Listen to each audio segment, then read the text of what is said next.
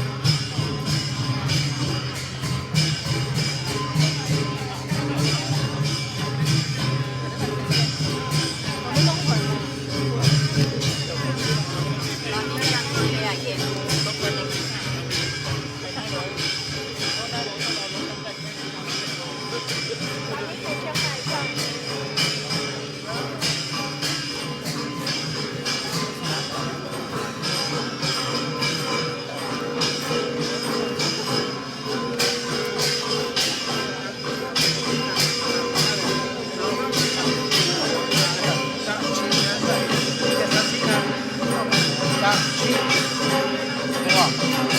ทักทีก็ได้ละเอาไปคนเรา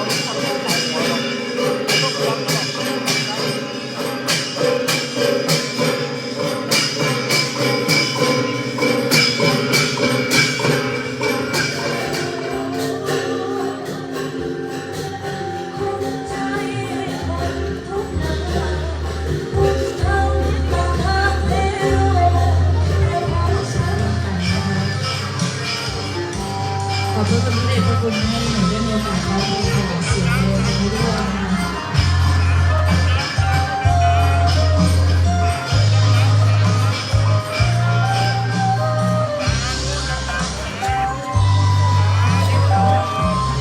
จากพระอินทร์สู่พระพรหมพระพรหมแสนนามดีจากที่สู่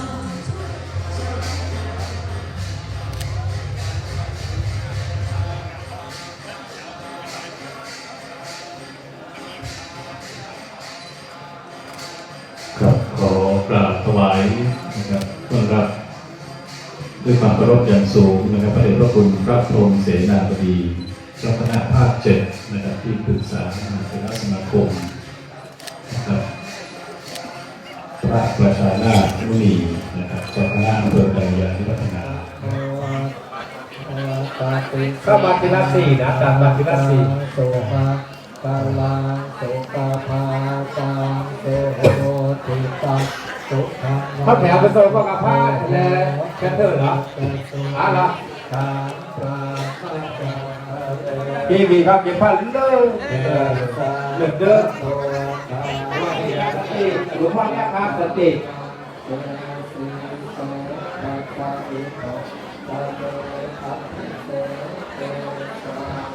ยอมมือขวาแล้วก็ยอมที่สองของหลวงพ่อเลย